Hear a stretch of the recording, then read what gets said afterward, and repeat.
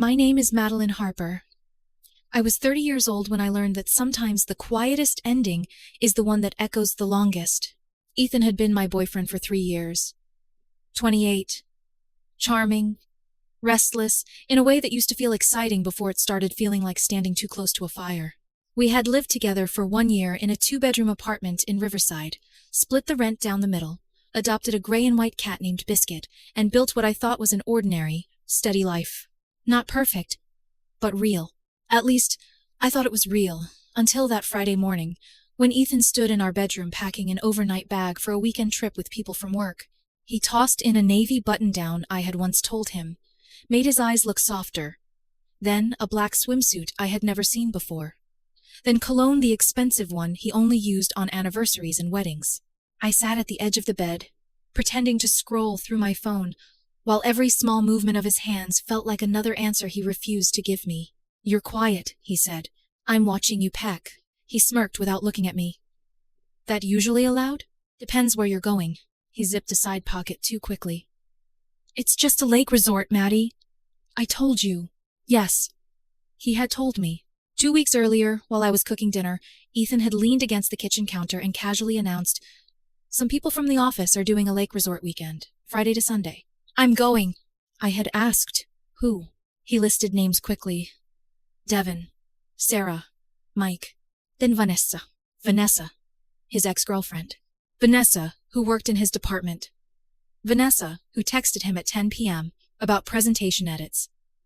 Vanessa, whose name had slowly invaded our apartment like smoke under a door. Vanessa said this. Vanessa thinks that. Vanessa had the funniest idea in the meeting. Vanessa knows this amazing coffee place. Vanessa thinks I should update my wardrobe. At first, I told myself I was being mature. People had pasts. Adults could work with exes. Trust mattered. But trust is not supposed to feel like swallowing glass. "You've been spending a lot of time with her." I had said that night. Ethan rolled his eyes. "She's a co-worker. She's also your ex, from years ago. Still your ex." He laughed, sharp and dismissive. "You're being insecure." That word had become his favorite locked door. Insecure. Whenever I asked why he angled his phone away from me. Insecure. Whenever I noticed he smiled at her messages during our movie nights. Insecure. Whenever he came home from after work, drinks smelling like bar smoke and her perfume. 6 months earlier, I would have apologized. I would have folded myself smaller just to prove I was easy to love. But lately, something in me had started keeping score. Not out of bitterness, out of survival. The shift had started last fall when Ethan changed teams. New projects, new people, new stories.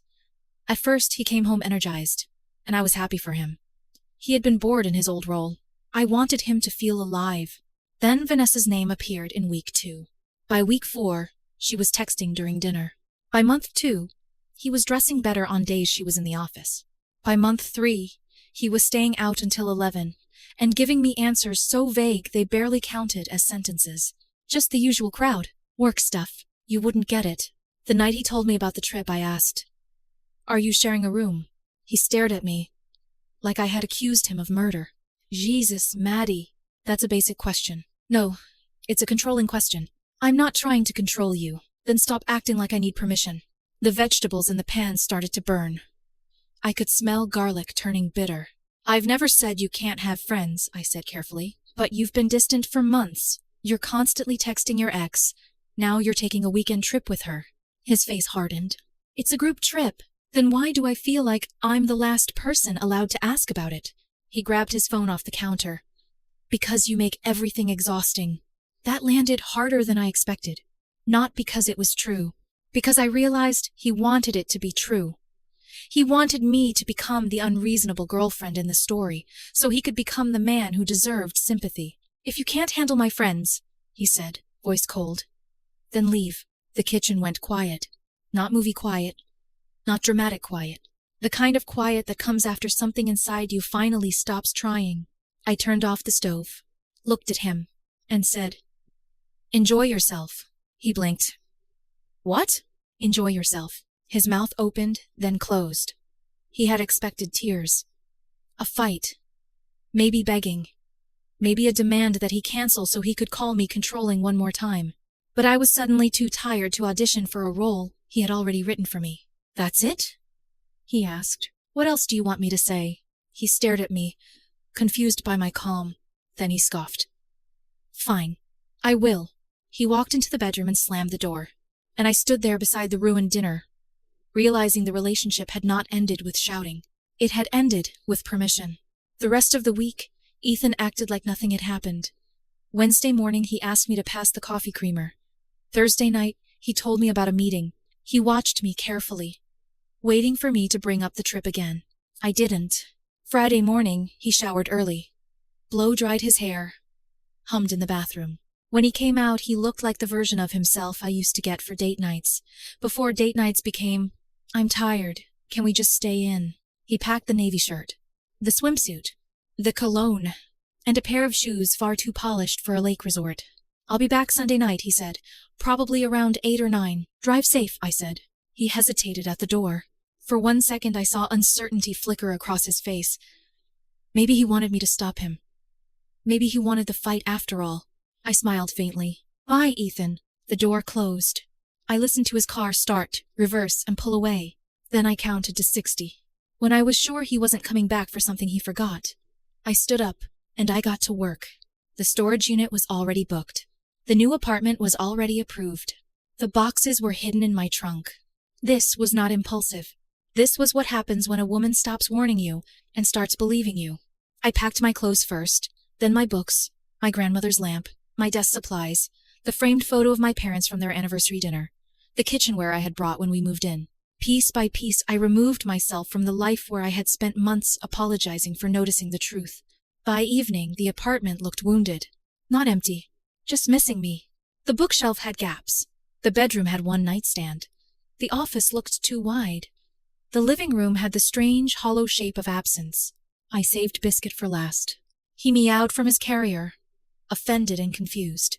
"I know, baby," I whispered, lifting him carefully. "But we're going somewhere peaceful." Sunday morning, I returned one final time. I recorded every room on my phone. Clean, undamaged, his things untouched. Then I placed my keys on the kitchen counter. Beside them, I left one sheet of paper. 4 words. "Did what you suggested." No explanation. No begging. No cruelty.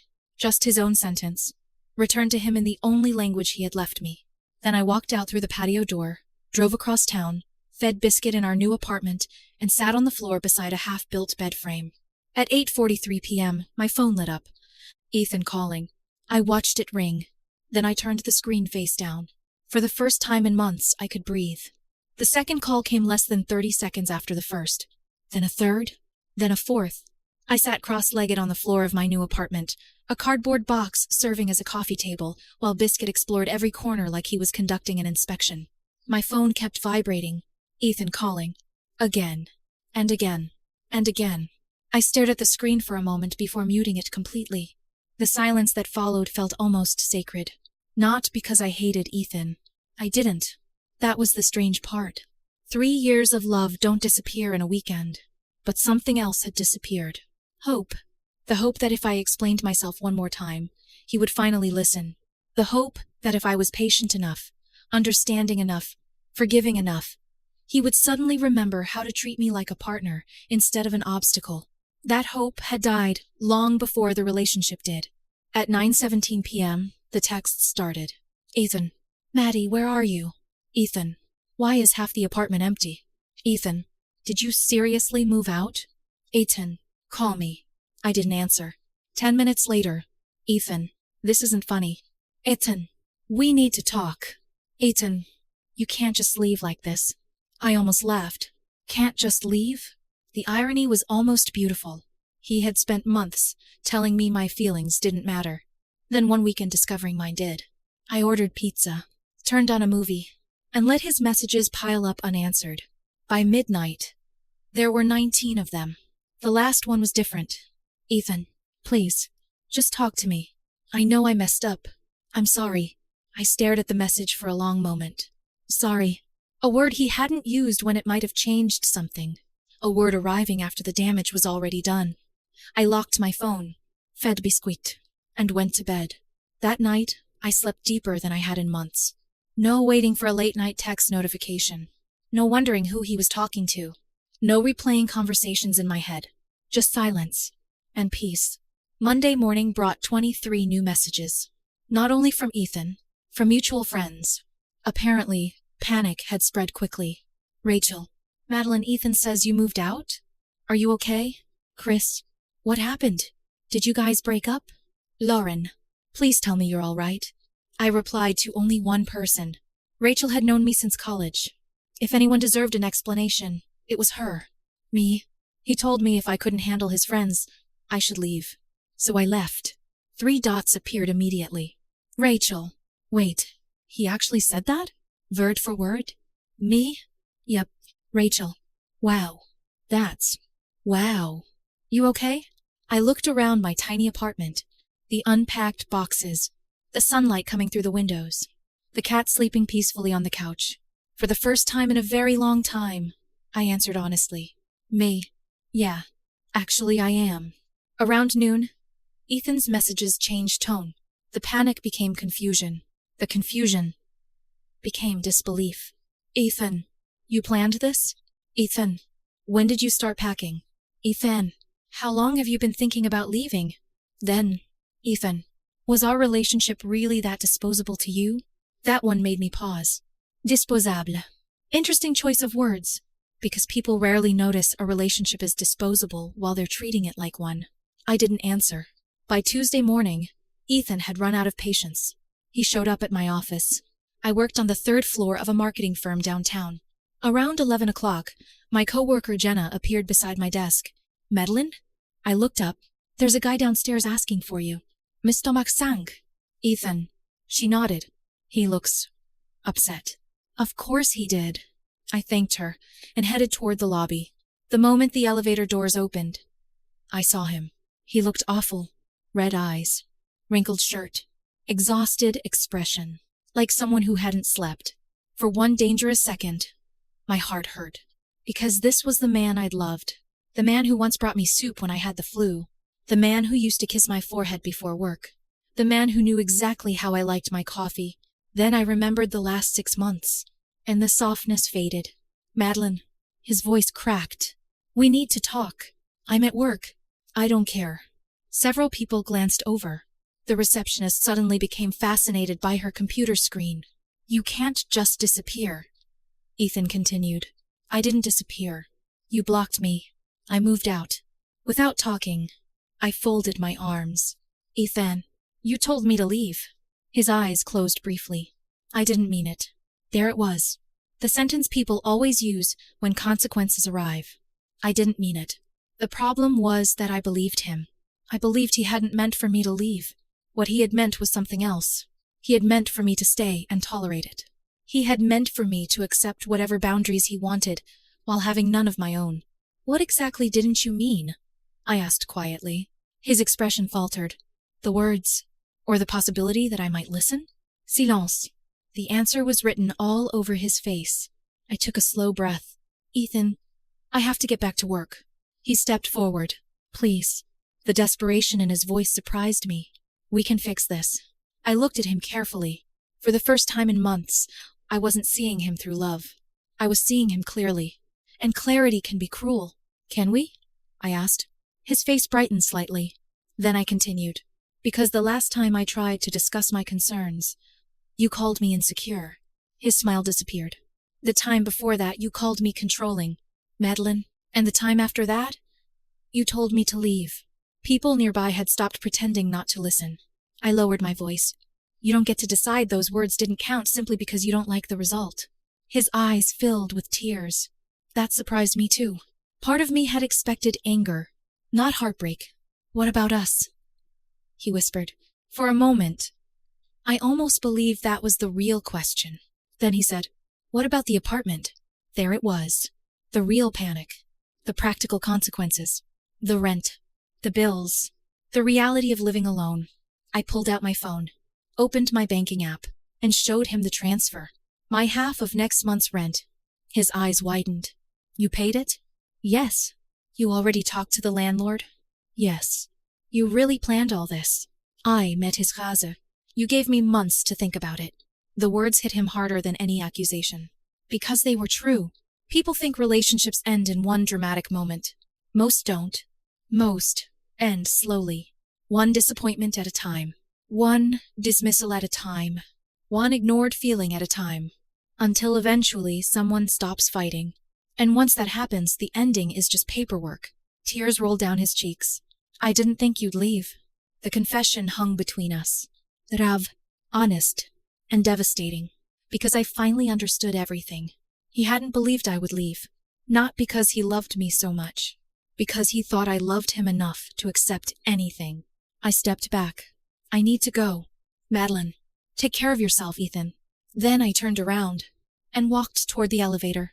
Behind me, I heard him call my name once. Only once. By the time I reached my desk, he was gone. That afternoon, a new wave of messages arrived. Different tone. Different strategy. The sadness was fading. The blame was beginning. Ethan, Vanessa and I aren't together. Ethan, nothing happened. Ethan, you're throwing away 3 years over assumptions. Ethan, I can't believe you'd do this. I stared at the screen, then blocked his number. Not because I was angry, because I was tired. Tired of being cast as the villain for reacting to things that never should have happened in the first place. I thought that would be the end of it. I was wrong. The real truth arrived the following day, and it came from someone who had been at the resort. Someone who knew exactly what Ethan and Vanessa had been doing all weekend. Wednesday morning began quietly. Too quietly. The kind of morning where the sunlight seems softer than usual and the air feels lighter for reasons you can't quite explain. I arrived at work early, made coffee, answered emails, pretended my life wasn't sitting in pieces across a new apartment, waiting to be unpacked. Around 10:14 a.m., a message notification appeared on my screen. The sender made me pause. Sarah Collins, one of Ethan's co-workers. We'd met a handful of times at company parties. Friendly, observant. Never particularly close to Ethan or Vanessa. Which was exactly why I opened the message. Sarah. Hi, Madeline. I don't know if I should be telling you this, but I think you deserve to know. My stomach tightened. I clicked. Sarah. Ethan and Vanessa shared a room at the resort. For a moment, everything went completely still. The office around me faded. The conversations, the ringing phones, the clicking keyboards, all of it. Gone. I read the message again, and again. Shared a room. The words should have devastated me. They should have shattered me. Instead, I felt something strange. Relief. Not happiness. Not satisfaction. Relief. Because for months I had been questioning myself. Questioning my instincts. Questioning my own reality. Every concern had been labeled insecurity. Every observation had been dismissed. Every uncomfortable truth had been twisted into a flaw in me. Now, suddenly, I wasn't crazy anymore. Sarah sent another message. Sarah. I heard them arguing Sunday morning. Vanessa was upset. She kept asking him what they were, whether he was serious about her. He looked really uncomfortable. I stared at the screen. What they were. The phrase echoed through my mind. Because that wasn't the language of friendship. That wasn't the language of co-workers. That wasn't the language Ethan had spent months insisting I was imagining. I typed slowly. Me. Thank you for telling me. Sarah. I'm sorry. Me. Don't be. I needed the truth. 3 dots appeared. Then, Sarah. For what it's worth. A lot of people at work thought Ethan was making a mistake. That surprised me. Me. What do you mean? Sarah. He talked about you sometimes. Said you were stable. Reliable. Predictable. I smiled bitterly. Predictable. The same word Ethan had used countless times. As though loyalty were a character flaw. Sarah continued. Sarah. Honestly, most of us thought that sounded like a compliment. The message made me laugh. Actually laugh. Right there at my desk. Because she was right. Predictable. Reliable. Stable. Those were the qualities people claimed to want, until excitement started looking more attractive than peace. I thanked her again and closed the chat. Then I sat back and thought about Ethan. Not the version I had loved. The version I had finally started seeing clearly. A man who confused stability with boredom. A man who kept reaching for chaos and then acted surprised when it burned him. By Thursday afternoon, I learned just how badly it had burned him. Rachel called me during lunch. You won't believe this. What happened? Ethan tried moving in with Vanessa. I nearly dropped my fork. What? Apparently, after the trip, he assumed they'd become a couple. I blinked, then laughed. A short, disbelieving laugh. What happened? She turned him down. My eyebrows shot upward. What? According to someone at their office, Vanessa thought the trip meant they were finally starting something serious. I waited. Rachel continued. Ethan told her he wasn't looking for a relationship. There was a long silence. Then she added. She didn't take it well. I leaned back in my chair, trying to process the irony.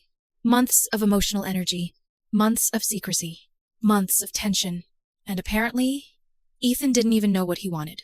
Vanessa wanted commitment. Ethan wanted excitement. Neither got what they expected. And somehow, that felt painfully fitting. How's he doing? I asked. Rachel snorted. Terrible. I shouldn't have smiled. But I did. Not because I enjoyed his suffering. Because actions were finally meeting consequences. For months, Ethan had operated as though consequences were optional. Now they were arriving all at once. The apartment, the bills, the breakup, the rejection. Reality had finally caught up. Friday evening brought an email. From Ethan. Apparently blocking his number hadn't ended his determination. Subject. Please read. I stared at it for several seconds. Part of me wanted to delete it immediately. Another part wanted closure. Curiosity won. I opened it. Madeline, I don't know what you've heard. I don't know what Sarah told you, but it isn't what it sounds like. The resort messed up our reservations. Vanessa and I didn't plan to share a room. Nothing happened. We talked. That's all. I know how it looks. But I swear nothing happened. I kept reading. I realize now that I've been selfish. I pushed you away. I took you for granted. I thought you'd always be there. I never appreciated what I had. I miss you. I miss Biscuit. I miss coming home to you. Please, can we just talk? I read the email twice. Then a third time, searching for something. Ownership. Accountability. Truth. Instead, I found excuses. The resort messed up. Nothing happened. I pushed you away. Passive language. Careful language. Language designed to soften responsibility. Not once did he write, I hurt you. Not once did he write, you were right. Not once did he write, I chose someone else's attention over your trust. The difference mattered. Because regret and accountability are not the same thing. Many people regret consequences. Far fewer regret choices. I closed the email and didn't respond. A week passed. Then two. Life slowly settled into a rhythm. I unpacked boxes, hung pictures, bought new furniture, created routines that belonged entirely to me. No walking on eggshells. No wondering who was texting. No silent competitions against people who supposedly weren't competition. Just peace. One evening, while assembling a bookshelf, I caught myself humming. I froze, because I couldn't remember the last time I'd done that. The realization hit unexpectedly. I was happy. Not healed. Not completely. But happier than I had been in months. Maybe years. And that truth scared me more than the breakup ever had. Because it forced me to ask a difficult question. If losing Ethan had improved my life this much, how unhappy had I been while loving him?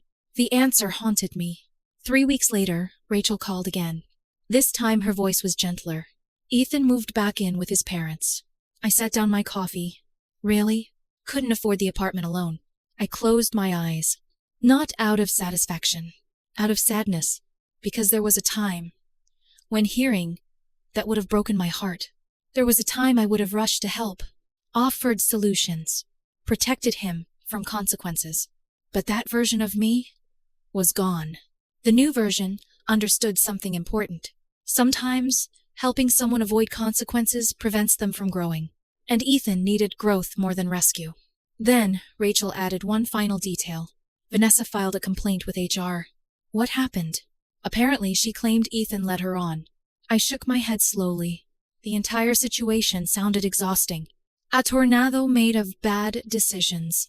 And for the first time in nearly a year, I wasn't standing in the middle of it. I was finally outside the storm. I thought the story was ending. I thought the worst was behind us. I was wrong. Because a month later, I would run into Ethan unexpectedly, and that encounter would finally reveal whether he truly regretted losing me, or merely regretted losing what I provided. A month later, on a rainy Saturday afternoon, I was standing in the produce section of a grocery store comparing 2 bags of apples.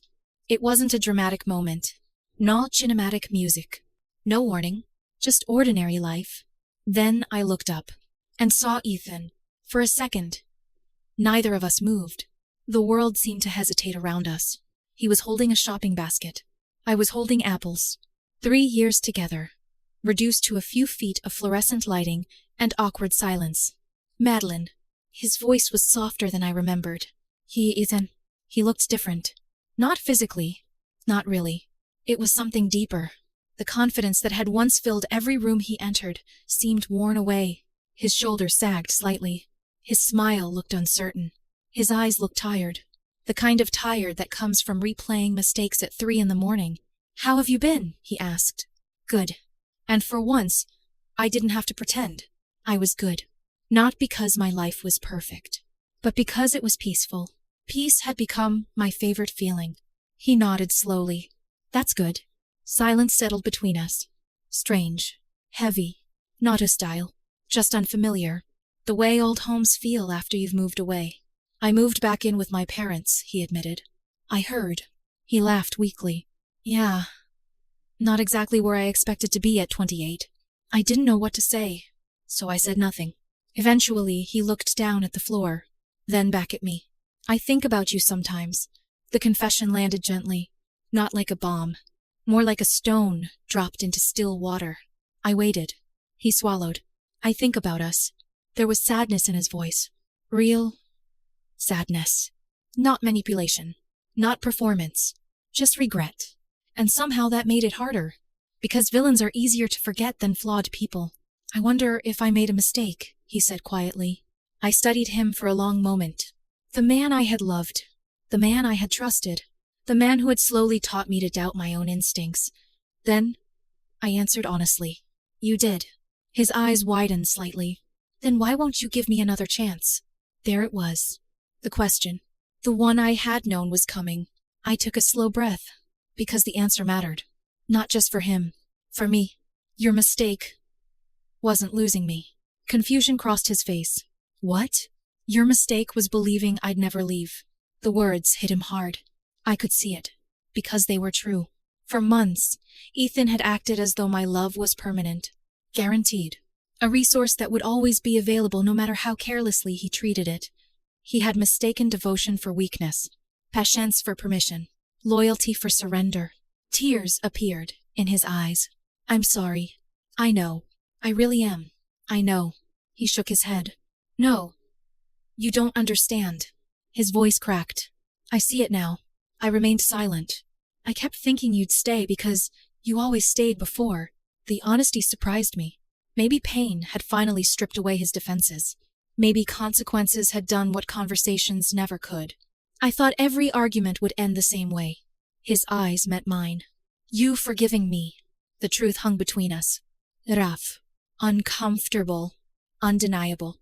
And for the first time since our breakup, I felt no anger. Only clarity. "I loved you, Ethan." His face tightened. The past tense hurt. I knew it would. Because it hurt me too. I know. But love isn't supposed to require constant proof. He looked away. "I know. Love isn't supposed to make you feel guilty for having boundaries." His shoulders slumped. "I know. And love definitely isn't supposed to make you question your own reality every day." He closed his eyes. Tears slipped down his face. For a moment, neither of us spoke. Then he whispered, "Can we start over?" The question felt familiar. Not because he had asked it before, because every failed relationship eventually reaches this moment. The moment where one person realizes too late what they lost, and hopes time can be reversed. But life doesn't work that way. People grow, people change, and sometimes the person waiting at the finish line isn't the same one who started the race. I shook my head gently. "No." His face crumpled. Not dramatically, just quietly. The way hope disappears. "Why?" I looked at him, really looked at him, and suddenly, I understood something important. The answer wasn't about punishment. It wasn't about revenge. It wasn't even about trust. It was about peace. Because for the first time in years, I had it, and I wasn't willing to lose it. Because I finally like my life. The words surprised both of us. But once spoken, they felt completely true. I like who I am now. His eyes filled with fresh tears. I could make things different. Maybe. I mean it. I know. You don't believe me. I considered that. Then, shook my head. No, that wasn't entirely accurate. I did believe he had changed. At least a little. Pain changes people. Consequences change people.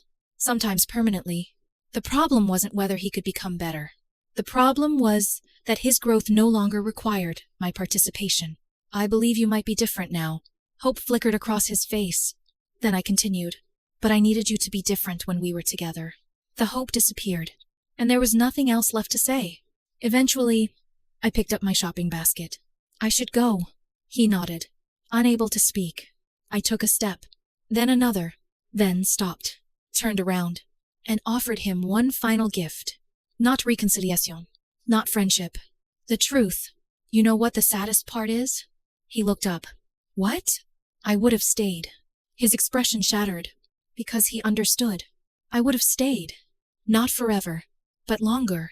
Long enough to fix things. Long enough to forgive. Long enough to save us. He had simply asked for too much. Then I walked away, and that was the last time we spoke. 6 months later, I was sitting in my apartment with Biscuit asleep beside me. The apartment finally felt like home. The shelves were filled. The walls decorated. The silence comfortable. My phone buzzed. Rachel. Rachel. Just thought I'd warn you before you see it online. I frowned. Warn me about what? A screenshot arrived. It was Ethan's social media page. An engagement announcement. A smiling photo. A woman I didn't recognize. A ring. A caption about finding his best friend. I stared at the image, waiting for some reaction. Anger, jealousy, regret, anything. Nothing came. Just mild curiosity. Then acceptance. Because by then, Ethan belonged to a chapter of my life. Not the story I was currently living. I closed the app, set down my phone, and scratched Biscuit behind the ears. The cat purred immediately. Outside, rain tapped softly against the windows. Inside, everything felt calm. I thought about the note I had left behind. 4 simple words. Did what you suggested.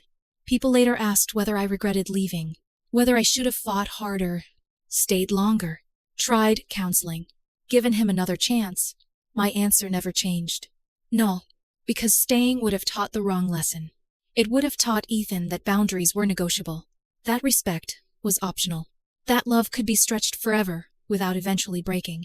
Leaving taught a different lesson, one he desperately needed, and one I needed too. Words matter. Choices matter. Consequences matter. The weekend Ethan left for that trip, I packed up 3 years of my life. But what I truly carried away wasn't furniture, or clothes, or photographs. It was my self-respect. And once I got it back, I never intended to lose it again. Some relationships end with screaming. Some end with betrayal. Some end with long conversations and endless explanations. Mine ended with a sentence. If you can't handle my friends, then leave.